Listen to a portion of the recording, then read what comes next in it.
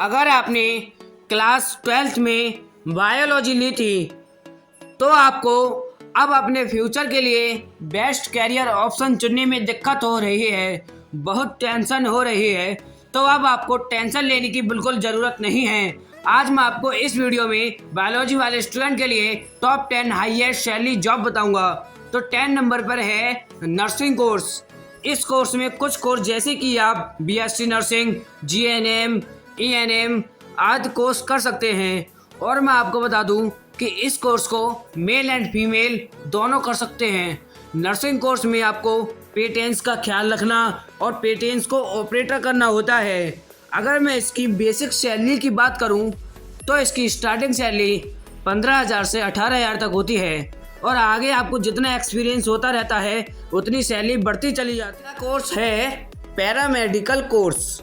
इस कोर्स में आपको हेल्थ सेक्टर से संबंधित सभी प्रकार की जानकारी मिलती है और इसकी स्टार्टिंग सैलरी 17,000 से 25,000 तक होती है। और आगे जब आपको 2-3 साल का एक्सपीरियंस हो जाता है तो आपकी सैलरी और बढ़ जाती है और जब आपको 5-6 साल तक का एक्सपीरियंस हो जाता है तो आपकी सैलरी और भी बढ़ जाती है। करते हैं अगले कोर्स की, जो है कि बी फार्मा यानी कि बैचलर ऑफ फार्मिंग। इस कोर्स में आप कुछ कोर्स जैसे कि diploma in pharmacy, bachelor of pharmacy, master of science of pharmacy जैसे कोर्स कर सकते हैं। इसमें आपको दवाई से संबंधित, ड्रग्स से संबंधित सभी प्रकार की जानकारी दी जाती है और यदि कहा जाए कि आपको दवाइयों के बारे में बताया जाता है कि किस दवाई का क्या यूज है, किस ड्रग का क्या यूज है।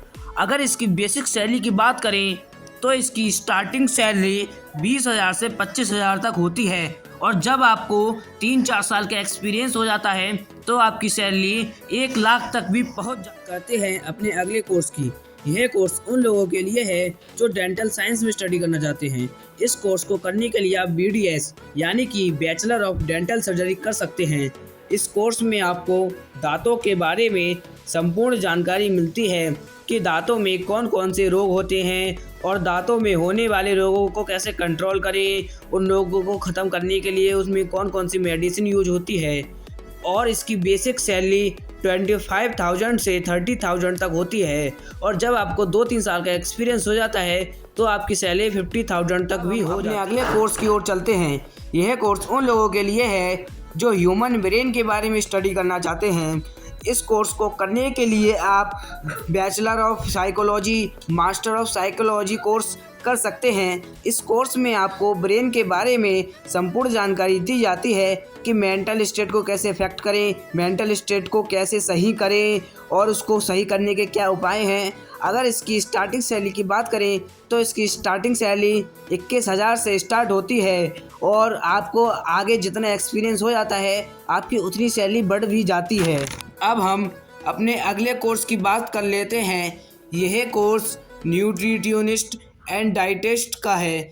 इस कोर्स में हमें फूड के बारे में जानकारी दी जाती है कि हमें कौन से फूड का सेवन करना चाहिए और कौन से फूड का सेवन नहीं करना चाहिए कि जिससे कि हमारी ह्यूमन बॉडी हमेशा हेल्थी रहे, हमारा किस तरीके का रूटीन होना चाहिए और हमारी किस तरीके की बैलेंस डाइट होना चाहिए। हमें इस कोर्स में कुछ इस तरीके की जानकारी दी जाती है। अगर इसकी स्टार्टिंग सैलरी की बात करें तो इसकी स्टार्टिंग सैलरी 25,000 से 30,000 तक होती है और जब आपको कुछ सालों का एक्सपीरियंस हो जाता है तो आपकी सैलरी और भी बढ़ने के चांस हो जाते हैं। अपने अगले कोर्स की ओर चलते हैं।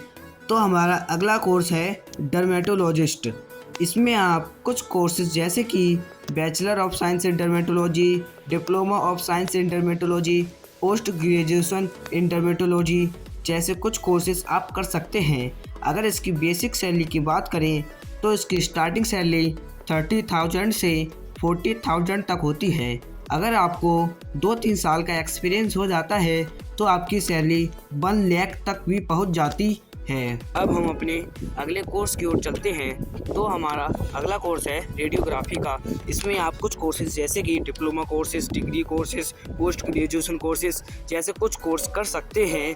इसमें आपको एक्सरे देखना, अल्ट्रासाउंड देखना तथा MRI देखना तथा इन जैसी सभी चीज़ों को देखना होता है। आप इसे सरकारी हॉस्पिटल, प्राइवेट हॉस्पिटल तथा खुद के रिसर्च लैब में भी कर सकते हैं। अगर मैं इसकी बेसिक सैलरी की बात करूं तो इसकी स्टार्टिंग सैलरी 25,000 से स्टार्ट होती है और जब आपको आगे 2-3 साल तक थोड़ा एक्सपीरियंस हो जाता है तो आपकी सैलरी और भी बढ़ने के चांस हो जाते हैं। अब हम अपने अगले कोर्स की ओर चलते हैं। तो हमारा अगला कोर्स है BHMS यानी कि bachelor of homeopathic medicine and surgery. हम BAMS या BHMS करके अपने नाम के आगे डॉक्टर लगा सकते हैं और बिल्कुल इस फील्ड में सर्व कर सकते हैं। अगर हम अपनी बेसिक सैलरी की बात करें तो हमारी स्टार्टिंग सैलरी 25,000 से 30,000 तक होती है और जब हमें 2-3 साल का एक्सपीरियंस हो जाता है तो हमारी सैलरी और भी बढ़ जाती है। आपको एक ऐसा टॉप मोस्ट कोर्सेज बताऊंगा जो कि कहीं ना कहीं बहुत बच्चों का सपना होता है कि मैं भी एक MBBS डॉक्टर बनूंगा। तो दोस्तों मैं आपको बता दूं कि MBBS डॉक्टर बनने के लिए आपको नीट क्वालिफाई करना होगा जिससे कि आपको गवर्नमेंट कॉलेज मिल सके।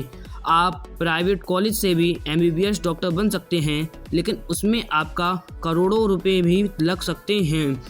तो दोस्तों मैं आपको यह भी बता दूं कि MBBS से अच्छी यहाँ पर कोई भी जॉब नहीं है। इसकी स्टार्टिंग सैलरी ही 80,000 से 1 लाख तक होती है और आगे आपको जितना एक्सपीरियंस होता रहता है आपकी उतनी ज़्यादा सैलरी इंक्रीज होती रहती है। तो दोस्तों मैं आशा करता हूं कि आपको मेरे द्वारा ये बताए गए टॉप 10 हाईएस्ट सैलरी जॉब आपको कहीं ना कहीं बहुत काम आएंगे। अगर दोस्तों आप एक PCB स्टूडेंट हैं तो आप मेरे द्वारा बताए गए ये टॉप 10 हाईएस्ट सैलरी जॉब में से एक कोई सा कोर्स ज़रूर करिएगा। अगर आपको मेरी ये वीडियो अच्छी लगी तो इसे please like and share and channel को सब्सक्राइब करना।